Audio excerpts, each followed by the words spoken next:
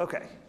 All right. So we are in the tail end of Acts 21. Acts chapter 21 is where we're going to be picking up, and really only going to be there for just a moment. Make sure everything's good to go here. Okay. I think so. Okay. So Acts 21. Okay. So if you recall, last week we left you on a cliffhanger. Paul had just been taken by this mob that was in the outer courtyard of the temple, and they seized him, and they really, there's no other way of putting it, they just started beating him right there in the middle of the courtyard, and that's where we had to leave off last week. So I know that you have been on the edge of your seat until tonight trying to figure out what's going to happen. So that's what we're going to do. So if you recall, skipping forward here, if you recall, this is basically the area that we're talking about here. Paul has been here in the chamber of the Nazarites, most likely assisting these gentlemen with completing their vow, and then was spending time in the inner courtyard of the temple complex. And so when it is accused of him, and with no evidence whatsoever, that he has brought a Gentile, an Ephesian, into the temple, then he is seized and drug outside. And so now we are in this outer courtyard, and that's going to play into our text tonight. And so that's where we pick up in verse 31 right now, in that outer courtyard, with the mob having Paul there. So, verse 31, as they were seeking to kill him, word came to the tribune of the cohort that all Jerusalem was in confusion. And he at once took soldiers and centurions and ran down to them. And when they saw the tribune and the soldiers, they stopped beating Paul. Then the tribune came up and arrested him and ordered him to be bound with 2 chains. He inquired who he was and what he had done. Some in the crowd were shouting one thing, some another, and as he could not learn the facts because of the uproar, he ordered him to be brought into the barracks. And when he came to the steps, he was actually carried by the soldiers because of the violence of the crowd. For the mob of the people followed, crying out, "Away with him." Okay, so let's pause right there for just 1 second. So we can picture this. There's a great crowd of people here crowded around Paul. And again, they are beating him in the midst of this courtyard. Well, at the temple complex, within the time of Herod the Great, it pre-existed Herod the Great, but he's really the one that brought it to its prominence, is Fort Antonia. It is a fort structure that is built on the outside, just outside the wall of the northern temple complex. And it was this massive fort that was built about 100 years before Jesus, 130 years before Jesus was born. And then again, Herod the Great then revitalizes this fortress and makes it into what it is. And so essentially, this fort becomes a garrison for Roman soldiers in Jerusalem, so that they can keep an eye both on the temple complex, and because it sits up on a hill, they can also see down into the city behind them and keep track of things going on in the city. So now we can kind of picture this with this image in mind. They're down here in this giant courtyard, and really to kind of give you a sense of scale here, just this half of the courtyard of the Gentiles is about 4 football fields in area. 4 American football fields in area. So it's a very, very large structure and area here. But you can imagine then the Roman guards being up here within the turrets and then along the walls, and then looking down and seeing this uproar taking place, and they have no idea what's going on. So one of the soldiers most likely runs to the commander. That's the tribune in my text, that's the ESV. Yours probably says commander. They run to the commander and they say, there is a riot happening in the temple complex. Something needs to be done. And so the commander gets soldiers together and he comes down to figure out what's happening. And that's where we are. Okay? And so then when the crowd sees these soldiers, in verse 32 and 33, they stop because they don't want to run afoul of the Roman soldiers. But they're still pretty angry. The soldiers rush in then, and they come and they get to Paul. And so they pull Paul out of the throng and then start moving him towards the barracks. Now, within this series of columns here, and again, this is just a model of this structure that exists today within Jerusalem. So this is not the actual structures itself. But most likely, there is a set of steps that runs just inside this portico up to the fortress of Antonia. So they start pulling Paul towards these steps to get him away from the crowd and quell this riot. Okay? And so you probably can barely see them through there. There's a set of steps right through those columns, and then they come up right next to this entrance here. You can see it comes up right through the roof of it there. And so Paul is removed from the crowd. He's brought to the barracks, and they're trying to figure out what's happening. So verse 37 then is where we pick up. As Paul was about to be brought into the barracks, he says to the tribune, "May I say something to you?" And he said, "Do you know Greek? Are you not the Egyptian then who recently stirred up a revolt and led the 4,000 men of the assassins out into the wilderness?" Okay, so let's pause right there for just 1 second. So Paul is finally removed from the crowd, brought to these steps, and then is brought to the commander, the tribune. And tribune is a commander of 1,000 soldiers, right? So a centurion would be 100, a tribune or commander would be 1,000. So he's most likely the commanding officer of this fort structure. And so they bring him to here, and Paul, probably out of breath, says, "Can I talk to you for just a second? Can I just say something to you?" And the first thing that this commander says to Paul is, "Wait a minute, you speak Greek. You look like a Jew to me, but you're speaking Greek." And then there's this curious exchange that happens, right? So the first thing he asks him is not what's happening, why are they beating you, what's all the... The first thing he asks him is, first of all, do you know Greek? And secondly, are you not the Egyptian who recently stirred up a revolt and led the 4,000 men of the assassins out into the wilderness? What? What is that all about? And why does it have to do with Paul speaking Greek? How does that all factor in? Okay, so you have to do a little kind of extraneous research on that. And thankfully, our old friend Josephus, the historian, has cataloged a little bit about what this is all about. So if you look in Antiquities, there is this quote from Josephus. He says, "Moreover, there came out of Egypt about this time," this would have been about 3 or 4 years prior to the events that we're talking about right now. So while Paul was still in Ephesus at that time. "There came out of Egypt about this time to Jerusalem one that said he was a prophet, and advised the multitude of the common people to go along with him to the Mount of Olives. And he said further that he would show them from hence how at his command the walls of Jerusalem would fall down. And he promised them that he would procure them an entrance into the city through those walls when they were fallen down." All right, so we've got this individual out of Egypt. Now, if you recall, there is a Jewish presence in Egypt, a very large Jewish presence in Egypt. That's where Apollo is from, as a matter of fact, as well as Library of Alexandria, and many Hellenistic Jews reside in both Alexandria and Egypt at large.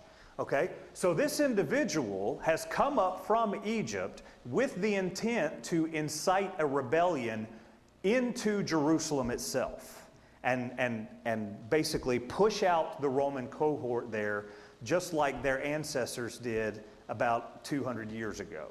Okay?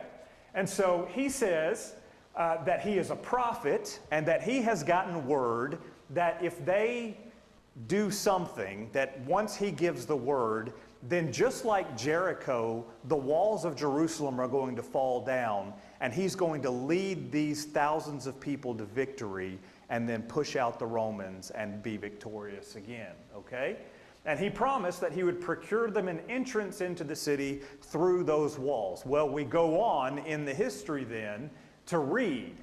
Now, when Felix, the governor, was informed of these things, he ordered his soldiers to take their weapons and came against them with a great number of horsemen and footmen from Jerusalem and attacked the Egyptian and the people that were with him.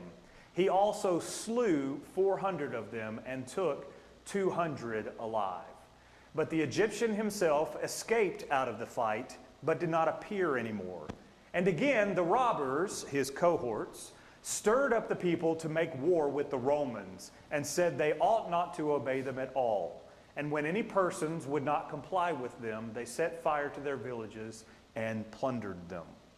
Okay, so this rebellion, such as it was, came to nothing because Felix, the governor of Judea, whom we're going to see here in a couple of chapters, sent his soldiers into the city and just busted this thing apart.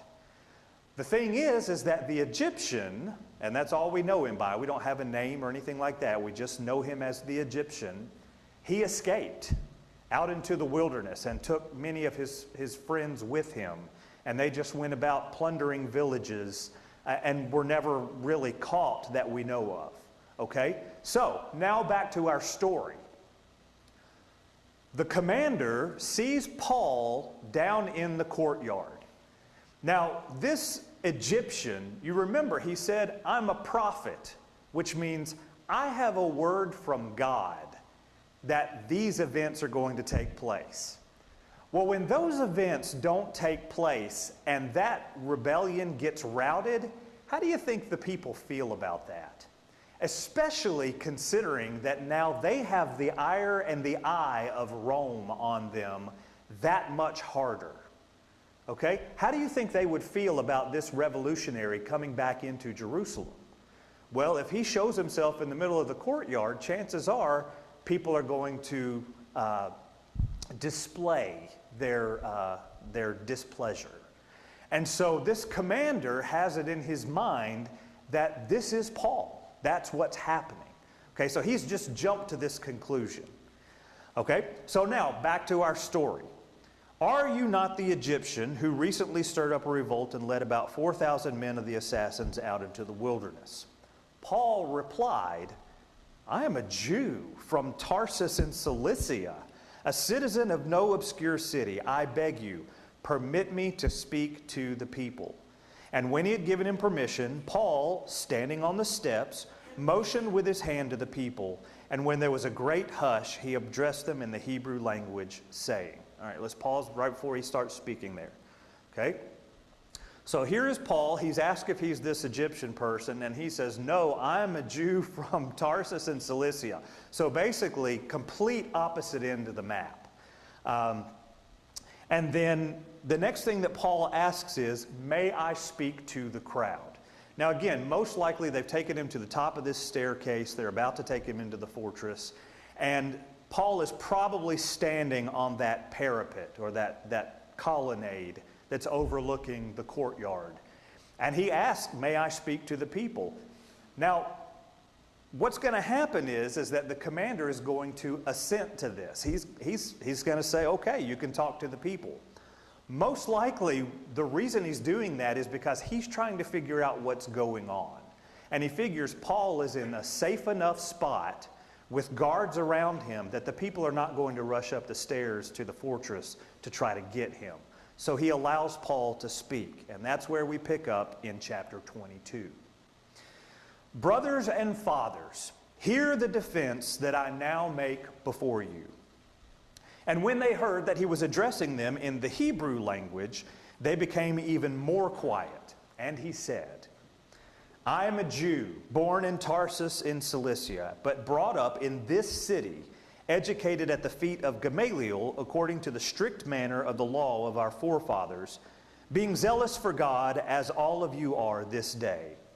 I persecuted this way to the death, binding and delivering to prison both men and women, as the high priest and the whole council of elders can bear me witness. From them I received letters to the brothers, and I journeyed toward Damascus to take those also who were there and bring them in bonds to Jerusalem to be punished. Let's stop right there for just 1 second, okay? Now, think back to the origin of this riot. What is the reason that Paul is being assaulted at this juncture?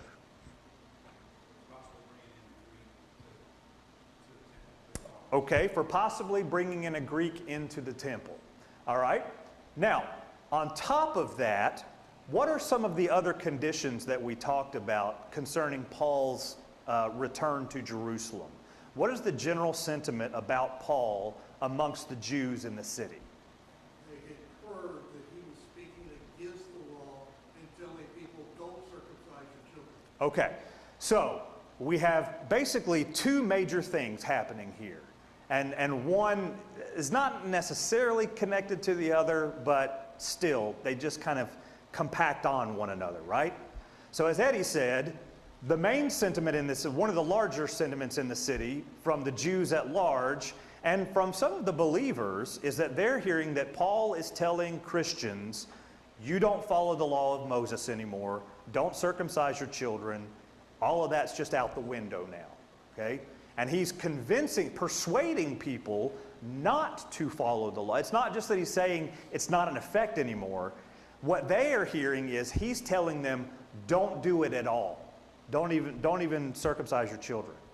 Okay? And then on top of that, there's this momentary accusation of him bringing a Gentile into the temple, which has no basis in fact whatsoever. Now, Paul wants to address the crowd. What is the first thing he does here in the verses that we just read? Verses 1 through 5 here in his speech.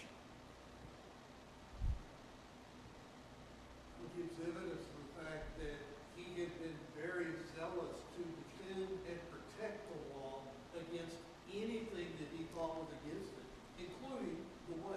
Yeah, sure. So this speech, this address, is going to have four major parts to it.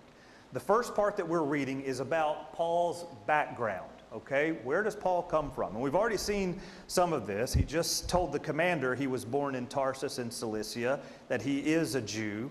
But then he'll go on to talk to the crowd, as Eddie said, and say he was brought up in this city, Jerusalem. He was educated at the feet of Gamaliel. He was educated according to the strict manner of the law of Moses, or the law of our fathers. He was zealous for God, and he'll go on to throw in, as are all of you today.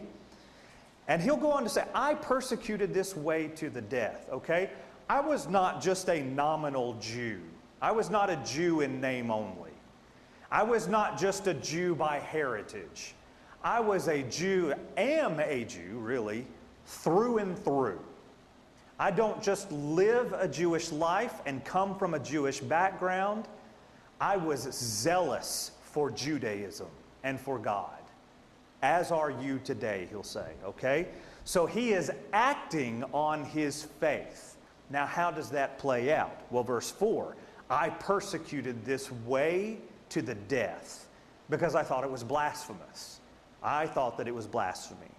Binding and delivering to prison both men and women, as the high priest and the whole council of elders can bear me witness. Okay, so now let's add on to this. He's not just a zealous Jew, he has the backing of the high priest and the Sanhedrin. And they gave him letters to the brothers, to the other Jews, and he was on his way to Damascus to take those who were there and bring them in bonds to Jerusalem to be punished, as he had been doing. And we know again that Paul was there at the stoning of Stephen, okay? So, it's been about 25 years since that event, since Paul received letters and was journeying to Damascus. This is the last time, actually, incidentally, as we're going to talk about in just a minute, that Paul was in front of the Sanhedrin. Okay, so two totally different lives there. But he is making this, he has begun this case to say, I was as you are. I was zealous, I'm a Jew of Jews, and I want to do the right thing to the point of murdering, putting to death someone that would blaspheme against that, okay? And so, verse 6 then, the next portion of the speech here. As I was on my way, oh, Charlie, yes. I was just thinking, too, of course he's given his history, but to me he's also establishing some rapport with the audience. Yes. Right, I mean, he's going to make the point of why he changed, but Yep. if he hadn't done that up front, I don't think he would have got anything. Right? Sure. So, Yep. so that's a great lesson for us, not just this example. Right. Other great examples from Paul. He is meeting people in some ways where they were at. Right. He's going to move on quickly. Yeah. But that's, at least he got their ear initially, and he wouldn't have gotten it all, I don't think, without that type of rapport or background check. Yes, so as you said, he's establishing a commonality with the audience, and that's a very tactful thing to do. And really, he's not just establishing the connection. This is the basis of his argument. As I was, so you are. Now what? And so then that's going to be, so very good point there. Thank you for that. And so the next thing he'll say then, the next part of his story, as I was on my way to Damascus with those letters that I just mentioned, about noon, a great light from heaven suddenly shone around me, and I fell to the ground and heard a voice saying to me, Saul, Saul, why are you persecuting me? And I answered, who are you, Lord? And he said to me, I am Jesus of Nazareth, whom you are persecuting. Now those who were with me saw the light, but did not understand the voice of the one who was speaking to me, and said, what shall I do, Lord? And the Lord said to me, rise and go into Damascus, and there you will be told all that is appointed for you to do.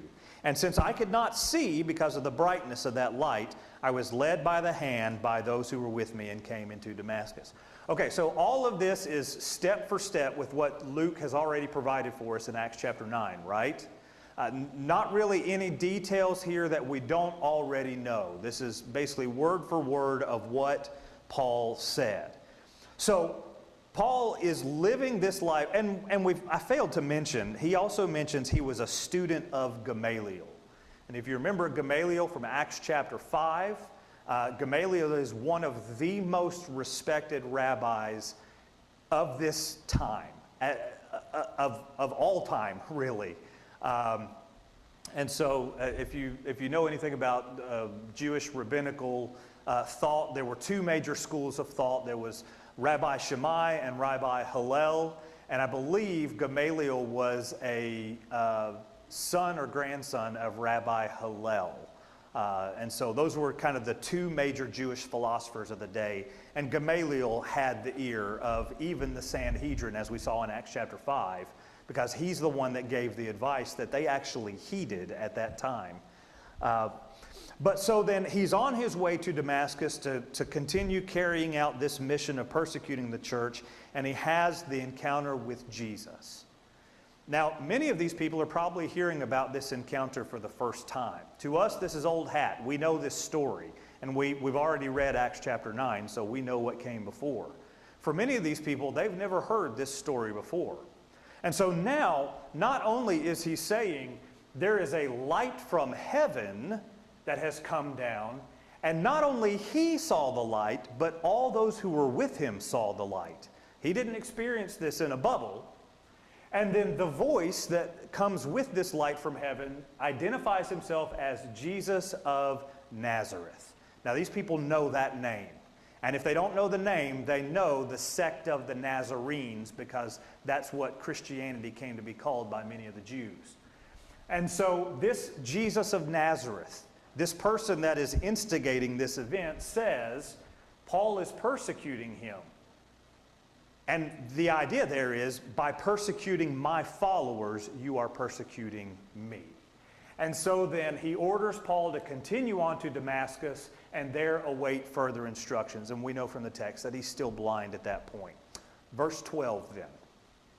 And one, Ananias, a devout man according to the law, well spoken of by all the Jews who lived there, establishing that commonality again, came to me and standing by me said to me, Brother Saul, receive your sight. And at that very hour I received my sight and saw him.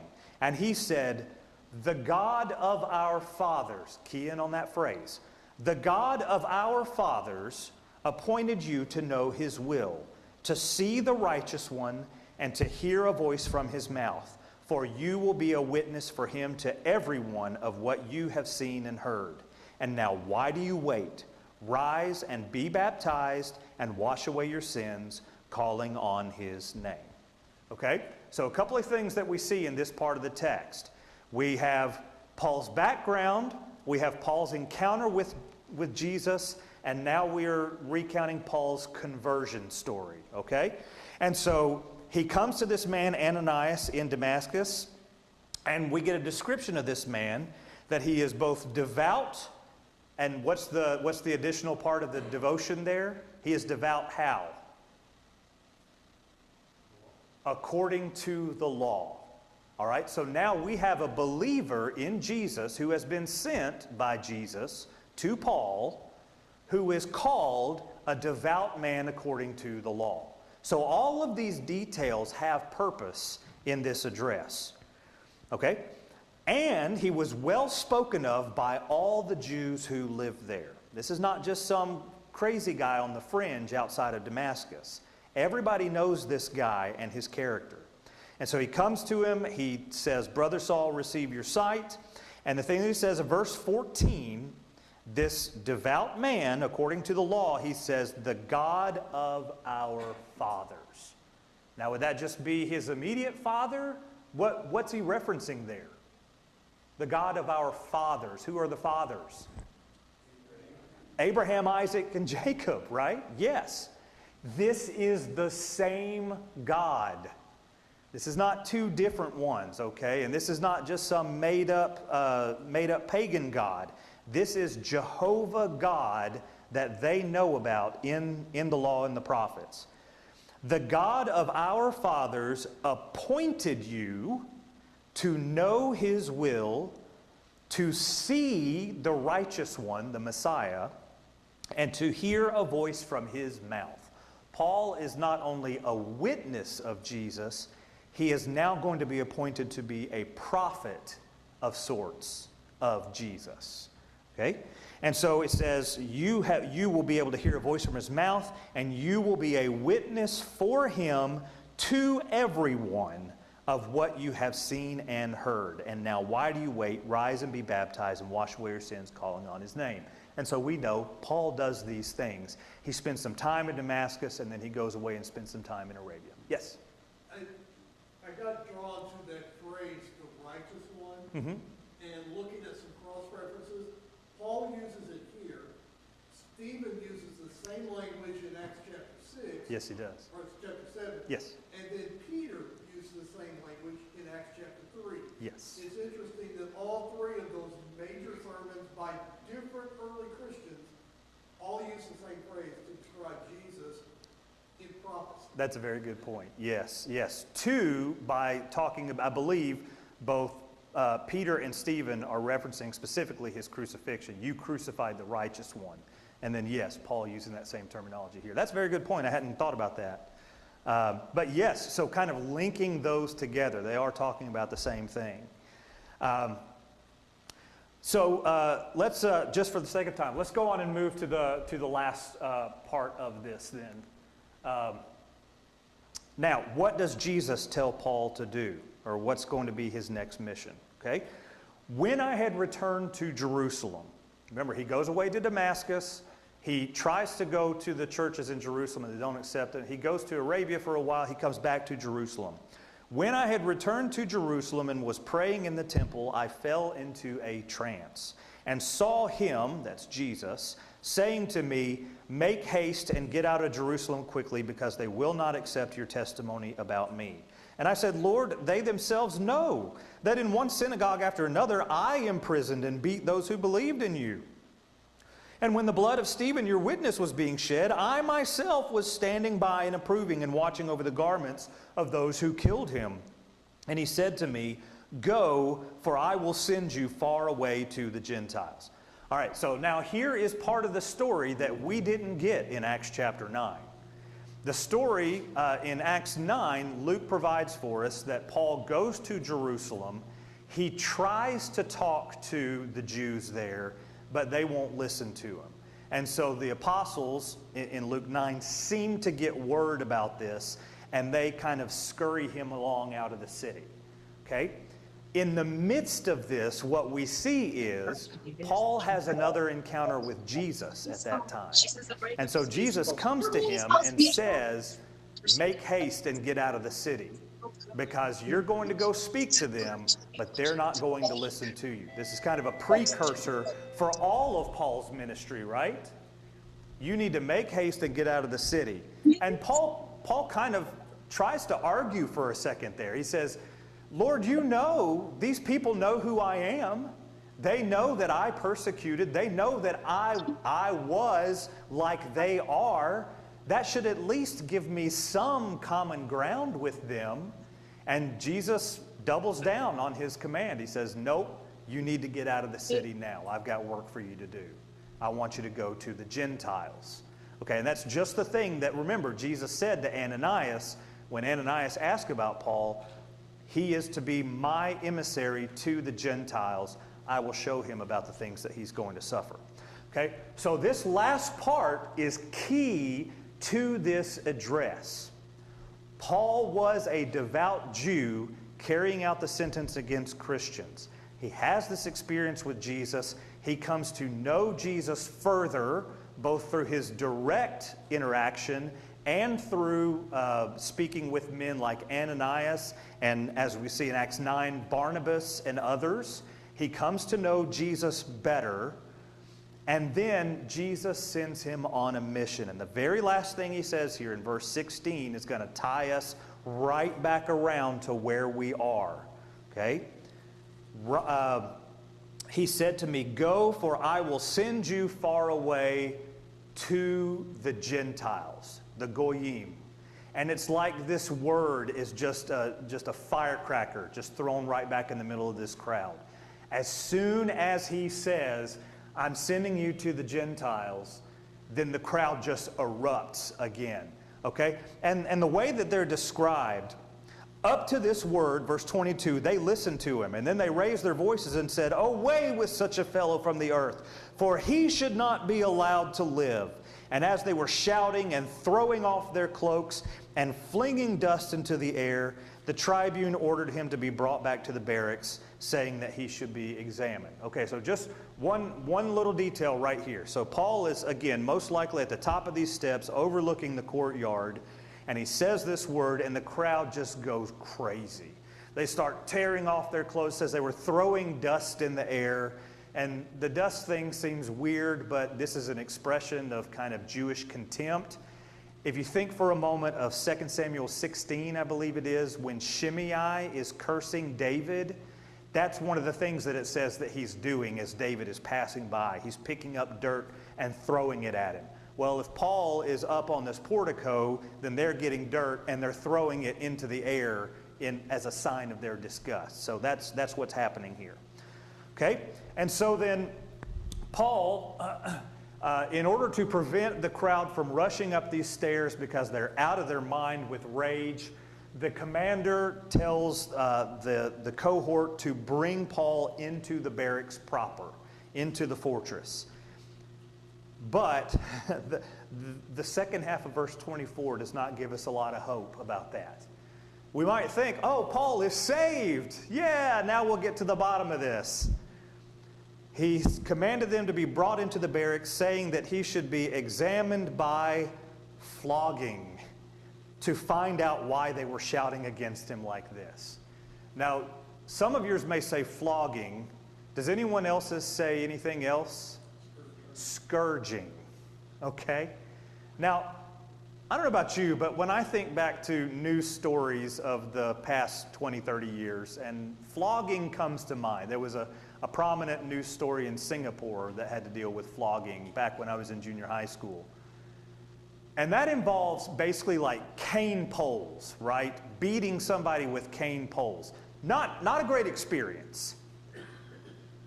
But scourging is a completely different matter entirely. And we know what happened with Jesus. This is what happened when he was on trial. Because they were trying to find out what was happening, because Jesus was being silent, that's presumably why they scourge him, and to appease the masses, really. They take him and they scourge him, and we know what a horrific process that is.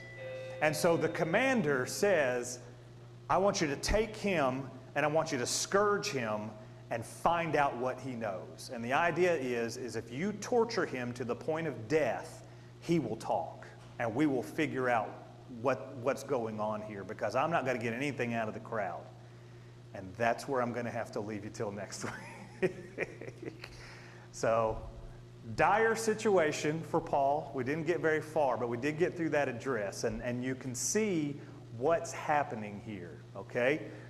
And so a form of this is going to be reported up the chain of command as we continue in through the book of Acts. So that's really going to be the next 4 chapters for us, 3 or 4 chapters of this story getting repeated.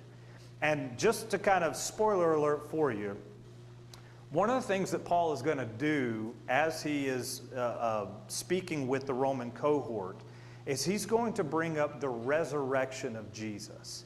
Now, in Paul's case, in terms of this particular event, it seems very sudden. And he'll have reasons for doing that we'll talk about next week. The reason I mention it is because, again, as we progress up the chain of command from city to city, as Paul is about to be moved around, the resurrection is the main point of everything he says. And so all of Paul's arguments, all of the events, all of the addresses that he's going to give hinge on the resurrection. So as you're reading forward, maybe think about, what does the resurrection have to do with any of the things that we've just talked about? Why does it matter? And why does it become this hinge point that Paul keeps coming back to make his defense, and then gets pushed on further on, okay? So maybe think about it as you're reading, and just continue this story, and we'll pick up here next week. Thank you so much. And thank you to everyone on Zoom for tuning in tonight. We'll hope to see you again.